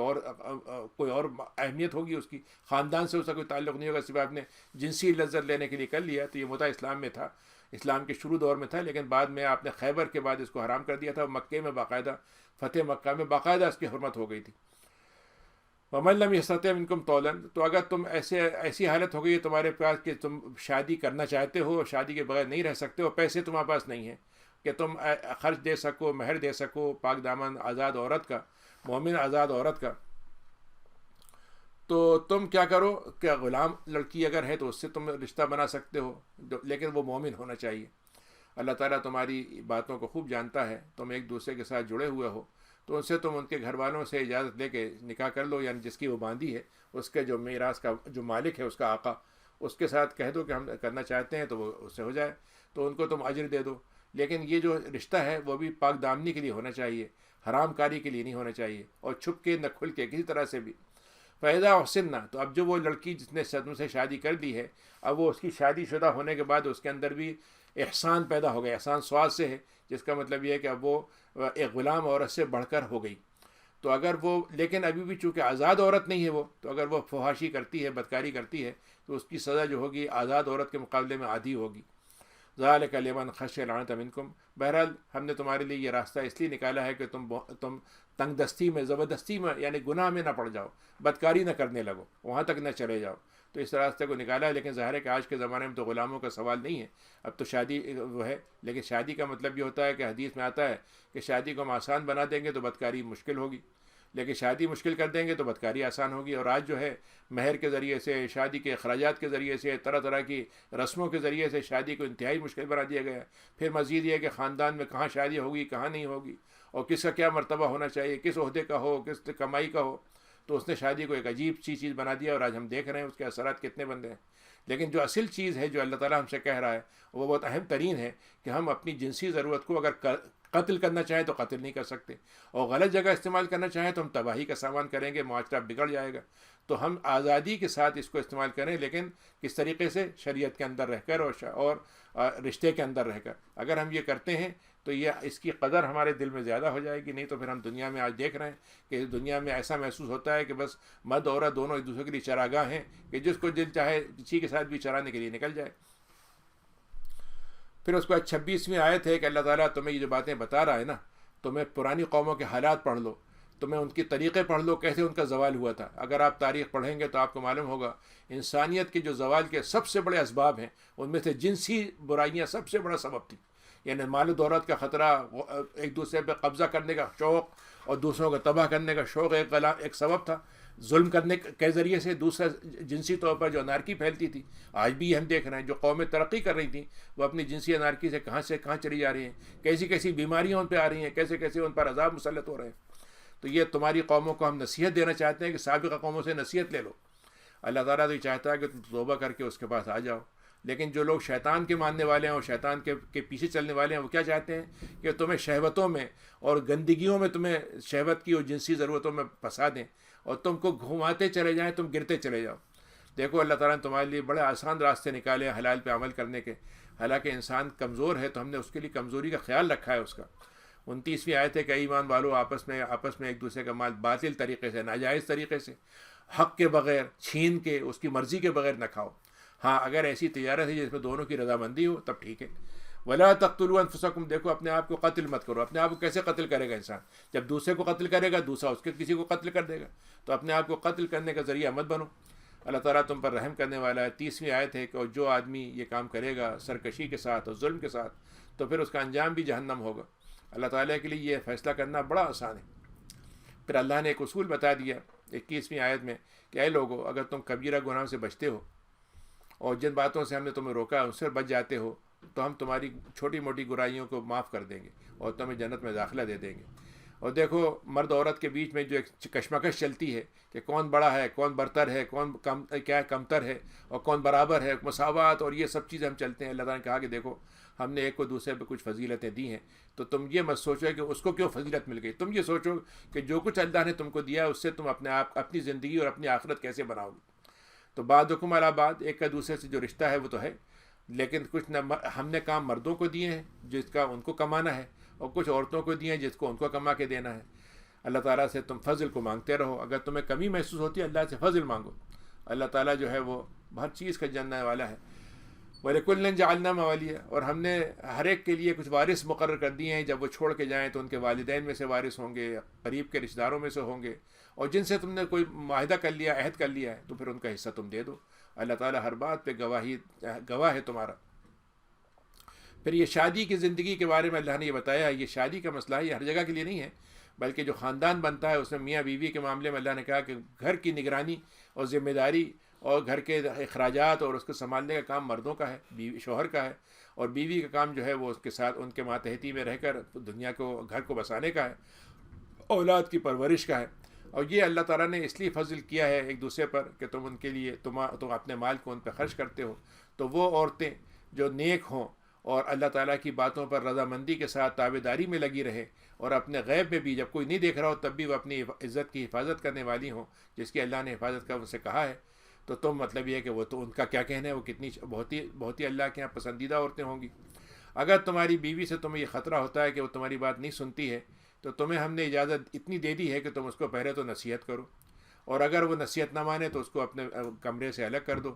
لیکن اگر کمرے سے الگ کرنے کے بعد بھی وہ نہ مانے بلکہ زبردستی کچھ اور زیادتی کرنے لگے، تو تمہیں اس کی اجازت دیتے ہیں ہم کہ تم اس کو مار دو، لیکن مارنا ضروری نہیں ہے، بس یہ کہ تم مارنا چاہو تو مار دو، لیکن مارنا بھی تمہارا ایسے ہی ہو کہ بس خالی تنبیہ کے لیے ہو، بدلے کے لیے، انتقام کے لیے، غصہ نکالنے کے لیے نہ ہو۔ اب اگر تمہاری بات کو مان لیتی ہیں تو پھر ان کے اوپر تمہارا کوئی زور نہیں چلنا چاہیے، کس طرح کی تم زیادتی نہیں کرو گے۔ اللہ تعالیٰ جو ہے بہت بلند ہے، بہت بڑا ہے۔ 35ویں آیت ہے کہ وَإِنْ خِفْتُمْ شِقَاقَ بَيْنِهِمَا، اگر تمہارا خیال یہ ہے اے خاندان والو، اے معاشرے کے لوگوں، اے بزرگ لوگوں، اگر تمہیں لگتا ہے کہ میاں بیوی میں کچھ جھگڑا ہو رہا ہے تو تم ایسا کرو کہ ایک حکم بنا دو، میڈیٹر بنا دو، لڑکی کے خاندان کا ایک لڑکے کے خاندان کا، اور ان سے کہہ دو کہ بھائی تم ان کے درمیان میں فیصلہ کر دو، اور جو تم فیصلہ کرو گے دونوں مان لیں گے۔ تو اللہ تعالیٰ کہتا ہے اگر وہ اصلاح کا اور دونوں چاہتے ہیں کہ ہماری خاندان میں خاندانی زندگی ٹھیک ہو جائے، رشتہ ہمارا برقرار رہے، تو اللہ تعالیٰ ان سے ایسا فیصلہ کروا دے گا جو اللہ تعالیٰ کی مرضی کے مطابق ہوگا۔ اللہ تعالیٰ بہت علیم ہے، بہت خبیر ہے۔ اس کے بعد 36ویں آیت ہے کہ وَعْبُدُوا اللَّهَ، اللہ تعالیٰ کے ساتھ تم معاملہ عبادت کا رکھو اور اس کے ساتھ کسی کو شریک مت بناؤ، تمہاری عبادت اللہ کے علاوہ کسی کو نہ جائے، اور اپنے والدین کے ساتھ حسن سلوک کرو، اور اپنے قرابت داروں کے ساتھ معاملہ اچھا رکھو، یتیموں کے ساتھ معاملہ کرو، مسکینوں کے ساتھ اچھا معاملہ کرو، اور تمہارا جو پڑوسی ہوتا ہے، وہ 3 پڑوسی ہیں تمہارے، ایک تو وہ جو پڑوسی بھی ہے اور رشتہ دار بھی ہے، اور ایک پڑوسی وہ ہے جو تمہارے قریب ترین رشتے گھر کے ساتھ جڑا ہوا گھر ہے اس کا، اور ایک وہ کام ہے جو تمہارے کام کرنے میں، جب کہیں تم جاب میں کرتے ہو، کسی جگہ ہوتے ہو، اس میں تمہارا ساتھ ہو جاتا ہے، تم سفر کر رہے ہو، سفر میں تمہارے ساتھ کوئی ہو گیا تو وہ تمہارا تھوڑی دیر کا پڑوسی ہو جاتا ہے، اور مسافر، اور جو تمہارے ہاتھ میں ملکیت جن کی تمہارے ہاتھ میں ہے۔ اللہ تعالیٰ جو ہے اس بات کو بالکل پسند نہیں کرتا کہ تم اکڑ دکھانے لگو، اترانے والے بن جاؤ، اور اپنے آپ کو بہت تم گھمنڈی اپنے آپ کو بناؤ، دوسروں پہ اپنے آپ کو برتر ثابت کر، یہ اللہ تعالیٰ بالکل پسند نہیں کرتا۔ نہ اللہ تعالیٰ اس بات کو پسند کرتا ہے کہ وہ لوگوں کو کنجوسی، لوگوں کو تم خود بھی کرو، دوسروں کو بھی حکم دو کنجوسی کا، جیسے یہودیوں نے اپنے لیے رکھا تھا، اور تم اللہ نے جو تم کو نعمت سے نوازا ہے اس کو تم چھپاؤ، جبکہ اللہ تعالیٰ نے اس کو نوازا ہے تمہیں۔ اور ہم نے ایسے جو انکار کرتے چلے جائیں گے، ایسے انکار تک جو پہنچ جائیں گے ان میں سے، ان کے لیے تو بڑا دردناک عذاب ہے۔ 7:30 ہو گئے ہیں تو آپ اس کو پورا کر لیے جہاں تک آپ نظر جی انشاءاللہ۔ والذین ینفقون اموالهم، اور وہ لوگ جو اپنے مال کو لوگوں کو خرچ تو کرتے ہیں مگر صرف دکھاوے کے لیے، شو آف کے لیے، نہ تو ایمان سے ان کو تعلق، نہ آخرت سے کوئی ان کو تعلق۔ تو ایسے لوگوں کا تو معاملہ یہ ہے کہ جب انہوں نے اپنا شیطان کا ساتھی بنا دیا تو اس سے برا ساتھی ان کو نہیں مل سکتا تھا۔ وماذا علیہم، حالانکہ اگر وہ چاہتے تو ان کے پاس بڑا مال سے کمانے کا ذریعہ تھا، کیا تھا کہ اللہ پر ایمان لے آتے، آخرت پر ایمان لاتے، اور جو اللہ نے دیا اس میں اللہ کی راہ میں خرچ کرتے۔ اللہ تعالیٰ خوب جانتا ہے۔ ان اللہ لا یظلم مثقال ذرہ، لوگوں اللہ تعالیٰ ذرے برابر بھی ظلم نہیں کرتا ہے۔ تمہاری اگر ایک نیکی ہوگی تو اس کو بڑھاتا چلا جائے گا اور تمہیں بڑے اجر عظیم سے نوازے گا۔ اے نبی، آپ کو خیال ہے ہمارا قیامت کے دن ہمارے ساتھ، آپ کے ساتھ کیا کریں گے؟ ہم ساری قوموں کو لے کر آئیں گے، اور آپ کی امت، آپ کی ساری دنیا کی امت پہ گواہی دے گی، اور ہم آپ کو سارے لوگوں پر لے کر آئیں گے، آپ سب پہ گواہی دیں گے۔ یوم یذین یود الذین کفروا، اس دن کافر یہ تمنا کریں گے کاش ہم نے رسول کی بات مان لی ہوتی اور اس کی نافرمانی کی ہوتی ہے، کاش ہماری زمین میں ہم وہیں دسا دیے جاتے۔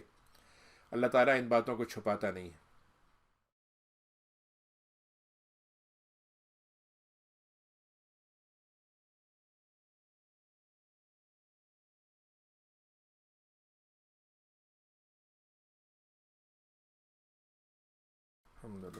ایک دو سوال ہے نہیں صاحب، ان کو لے لیتے جلدی جلدی۔ جی، تو ایک سوال یہ ہے کہ یہ تراویح جو ہے اسی کیا حیثیت ہے، کیا یہ سنت مؤکدہ ہے؟ مطلب یہ ہے کہ اس کو مؤکدہ بھی ماننا چاہیں تو مان لیں۔ اگر آپ فرض کیجئے کہ دو معنی میں کہہ سکتے ہیں کہ سنت مؤکدہ اس معنی میں ہے کہ رات کی نماز پڑھنا چاہیے، تو فرض کیے اگر آپ تراویح نماز کے ساتھ نہ پڑھ سکیں، عشاء کی جماعت سے نہ پڑھ سکیں، تو آپ اپنے طور پر کچھ رکعتیں متعین کر دیں اپنے لیے، ٹھیک ہے نا، اور اگر دن میں رات میں آخری وقت میں کر سکتے ہیں اس وقت کر لیں، تو اس معنی میں تو یہ سنت موقدہ ہے. لیکن باقاعدہ نماز جماعت کے بعد ساتھ عشاء جماعت سے پڑھنا، جماعت سے پڑھنا، عشاء کے بعد پڑھنا اور پوری رکعتیں پڑھنا، یہ سنت کہلائے گی. یہ سنت. اچھا ایک اور یہ سوال تھا کہ اپنی کیا اسٹیپ مدر کی مدر سے شادی ہو سکتی ہے، جائز ہے؟ اسٹیپ مدر کی مدر سے بھی شادی نہیں ہوگی؟ نہیں ہوگی. ٹھیک ہے. ربنا اغفر وارحم وانت خیر الراحمین اللہم انا نسألک العفو والتقی ہمارے شاہین والعفاف صدیقی والغنی. صاحب کی جی ہاں، ہمشیرہ شاہین کے صاحب سلسلے کی میں بہن صاحبہ کو اللہ تعالیٰ ان کو شفاء کامل عطا فرمائے، صحت مند فرمائے اور ان کی تکلیف کو دور فرمائے، ان کی راحت آمین کو کے اسباب فراہم فرمائے. سبحان اللہ. آمین. سلام علی المرسلین والحمد للہ رب العالمین.